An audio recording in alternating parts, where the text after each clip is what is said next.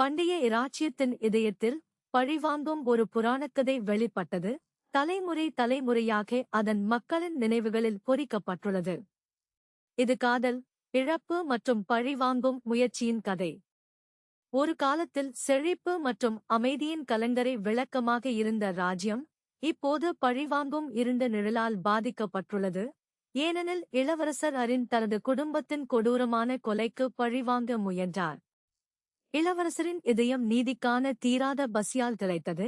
அவர் தனது அரச கடமைகளை கைவிட்டு குற்றவாளிகளை கண்டுபிடிப்பதற்காக தனது வாழ்க்கையை அர்ப்பணிக்கத் தூண்டினார். ஆண்டுகள் செல்லச் செல்ல இளவரசர் ஆரின் பழிவாங்கும் முயற்சியானது அனைத்தையும் நுகரும் சக்தியாக மாறியது. அதன் எழுச்சியில் அழிவு மற்றும் குழப்பத்தின் தடத்தை விட்டுச் சென்றது. இளவரசரின் கோபம் அடுத்து எப்பொழுது தாக்கும் என்று தெரியாமல் ராஜ்ய மக்கள் அச்சத்துடன் வாழ்ந்தனர்.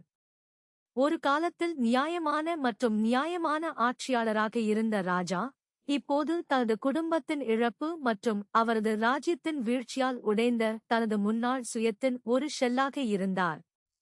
பழிவாங்கும் இளவரசனின் இடைவிடாத நாட்டம் ஒரு புற்றுநோயாக மாறியது, ராஜ்யத்தின் கட்டமைப்பையே பறித்தது. அவரது செயல்களின் பேரழிவு விளைவுகள் இருந்தபோதிலும் இளவரசர் அரின் தனது அன்புக்குரியவர்களின் நினைவுகள் மற்றும் பழிவாங்கும் ஆசை ஆகியவற்றால் உந்தப்பட்டு உறுதியுடன் இருந்தார். ஒரு காலத்தில் அன்பும் கருணையும் நிரம்பிய அவரது இதயம் இப்போது வெற்று பாத்திரமாக இருந்தது.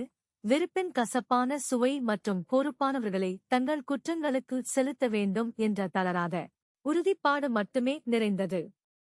ஆயினும் கூட இளவரசர் இறுதியாக தனது குடும்பத்தை அழித்த நபருடன் நேருக்கு நேர் நின்று கொண்டிருந்தபோது தனது பழிவாங்கும் தாகம் ஒரு பயங்கரமான விலையில் வந்ததை உணர்ந்தார்.